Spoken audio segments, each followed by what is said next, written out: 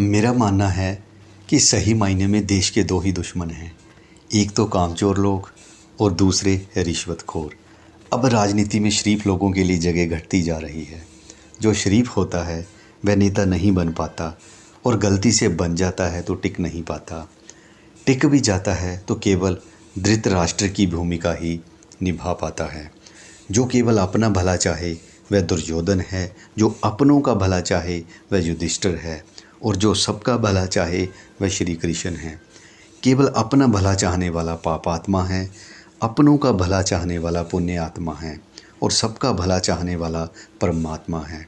दुर्योधन पापात्मा है, युधिष्ठिर पुण्य आत्मा है और श्री कृष्ण परमात्मा है। सोचिए आप क्या हैं।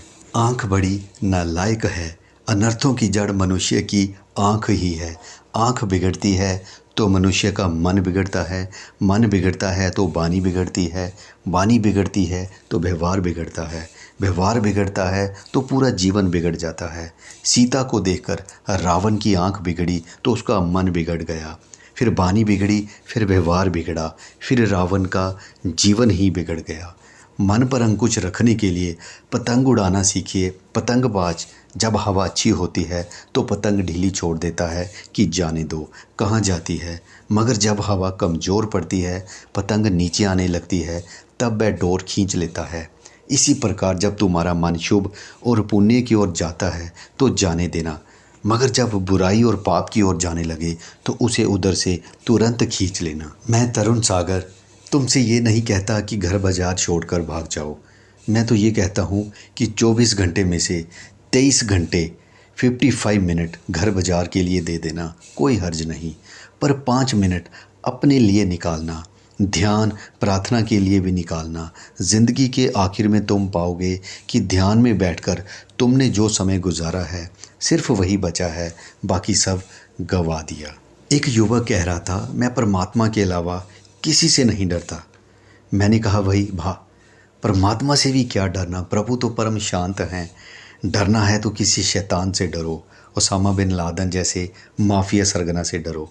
परमात्मा से क्या डरना, डरना है तो पाप से डरो, प्रभु से क्या डरना। क्या कोई बच्चा अपनी माँ से डरता है? जीवन एक भेलपुरी है, बर्फ़ी का टुकड़ा नहीं, जिसमें कुछ खट्टा भी है तो कुछ मीठा भी। हमें ध्यान रखना होगा कि ज़िंदगी में सुख के साथ दुख का होना लाजमी है। दिन के बाद रात्रि और रात्रि के बाद दिन, ये शाश्वत नियम है। दिन ही नहीं टिकता तो रात कहाँ से टिकेगी, सुख ही नहीं टिकते तो दुख कहाँ से टिकेंगे। बुरे समय में बस यही याद रखें कि अच्छे दिन नहीं रहे तो बुरे दिन भी ज़्यादा समय रहने वाले नहीं हैं। अंधेरा गहरा हो जाए तो समझना सुबह होने को है। Hello friends, DV global empire channel में मैं आपका फिर से स्वागत करता हूं। आज की बुक समरी लेके आया हूं। बुक का नाम है कड़वे प्रवचन, जिसको लिखा है क्रांतिकारी राष्ट्र संत मुनि श्री तरुण सागर जी ने। 14 भाषाओं में ये बुक जो है ऑलरेडी पब्लिश हो चुकी है। इंटरनेशनल बेस्ट सेलर की कैटेगरी में ये बुक आती है। मुनि श्री तरुण सागर जी के अगर मैं सफ़र की बात करूं तो 13 वर्ष की उम्र में उन्होंने जैन संन्यास ले लिया था। 20 वर्ष की उम्र में दिगंबर मुनि दीक्षा, 33 वर्ष की उम्र में लाल किले से राष्ट्र को संबोधन किया था। 35 वर्ष की उम्र में राष्ट्र संत की पदवी से विभूषित किए गए। 38 वर्ष की उम्र में भारतीय सेना को संबोधन व सेना द्वारा गार्ड ऑफ ऑनर दिया गया। इस तरीके से उनकी काफ़ी लंबी लिस्ट है। कड़वे प्रवचन बुक के अंदर वो जो हमें बातें बता रहे हैं, ये ऐसी बातें हैं जिनका जो संबंध है हर इंसान की ज़िंदगी से है। हम अपनी लाइफ में, डे टू डे लाइफ में कई तरह की समस्याओं से जूझते हैं, तो उन प्रैक्टिकल समस्याओं के बारे में हमें उन्होंने बहुत अच्छे से प्रवचन के रूप में बताया है। तो आइए जानते हैं क्या हैं ये कड़वे प्रवचन। मंगल ग्रह पर जीवन है या नहीं, दुनिया में इस बात पर बहस चल रही है, लेकिन जीवन में मंगल है या नहीं, इस बात की किसी को फिक्र नहीं है। मैं निवेदन करूंगा कि मंगल पर जीवन ढूंढने की बजाय जीवन में यदि मंगल ढूंढा जाए तो ज़्यादा बेहतर होगा। जीवन मंगल है, मगर हमारी नासमझी के कारण वह दंगल बना हुआ है। मांस खाना पाप है, मांसाहार पाप है। मांसाहार ने कुछ मनुष्य को कुछ अंशों में जानवर बना दिया है, उसमें पाशविक वृत्तियाँ पैदा कर दी हैं। यही कारण है कि मनुष्य पशु जैसा व्यवहार करने लगा है। जब आप किसी पशु का मांस खाते हैं तो सिर्फ पशु मांस नहीं खाते, बल्कि पशु के संस्कार को भी खाते हैं। मेरे भाई, मांसाहार करके अपने पेट को चलता फिरता कब्रिस्तान क्यों बनाते हो? प्रार्थना प्राणों से करो। प्राणों से की गई प्रार्थनाएं कभी व्यर्थ नहीं जाती। प्रार्थना में प्राण जरूरी हैं। फल मिलने तक अपने मन को शांत रखें। अगर प्रार्थना का फल ना दिखे तो इसका अर्थ ये नहीं कि प्रार्थना प्रभु को स्वीकार नहीं हुई। प्रार्थना प्रभु को स्वीकार हुई है, लेकिन फल तो समय पर ही मिलेगा। ज़मीन पर आज ही बीज डाला तो इसका ये मतलब तो नहीं कि फल भी आज ही आ जाए।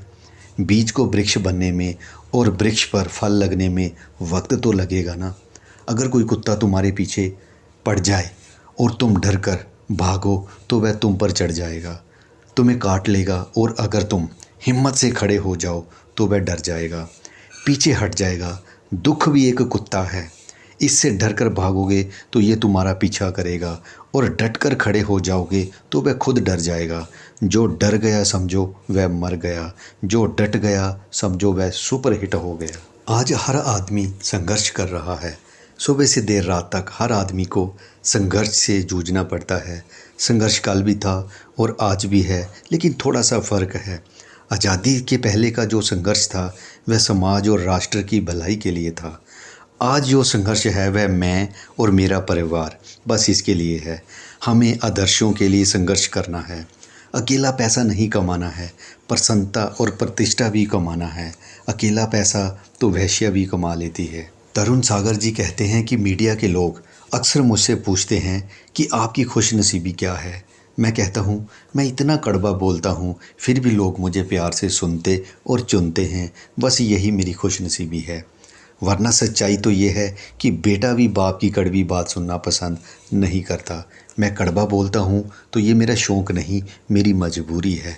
मैं सोए समाज को जगाने के लिए ठंडे पानी के छींटे मारता हूँ।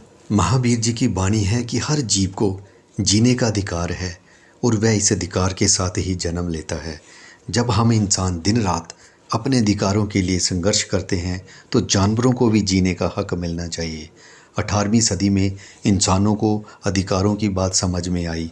19वीं सदी में गुलामों को उनके अधिकार मिले। 20वीं सदी में महिलाओं को उनके अधिकार मिले।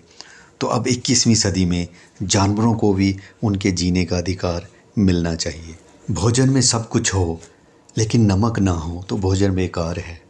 मंदिर में सब कुछ हो लेकिन मूर्ति ना हो तो मंदिर बेकार है। हॉस्पिटल में सब कुछ हो, सिर्फ डॉक्टर ना हो तो हॉस्पिटल बेकार है। गाड़ी में और सब कुछ हो पर ब्रेक ना हो तो गाड़ी बेकार है। जीवन में सब कुछ हो, सिर्फ मन की शांति ना हो तो जीवन बेकार है। आप अमीर हैं, आपके घर नौकर चाकर हैं, तब भी आप 10 मिनट के लिए अपने हाथ में झाड़ू पकड़िए और एक कमरा ज़रूर साफ़ कर डालिए। आप बड़े आदमी हैं, आपके पास गाड़ी है, घोड़ा है, तब भी आप मंदिर पैदल जाइए, नंगे पैर जाइए। ऐसा करने से आदमी का अहंकार टूटता है। आप अमीर हैं, तब भी आप अपने 3 कपड़े खुद धोइए। आपका रुमाल, आपका अंडरवियर और आपकी जो सॉक्स जुराबें। इसी के साथ दोस्तों आज के वीडियो का यहीं पे मैं एंड कर रहा हूँ। बहुत जल्द इसी बुक से रिलेटेड मैं पार्ट 3 में आपको मिलूँगा। अगर आपको वीडियो पसंद आया तो लाइक ज़रूर कीजिए, शेयर भी कीजिए और मेरे चैनल को सब्सक्राइब भी कीजिए। Thanks for watching.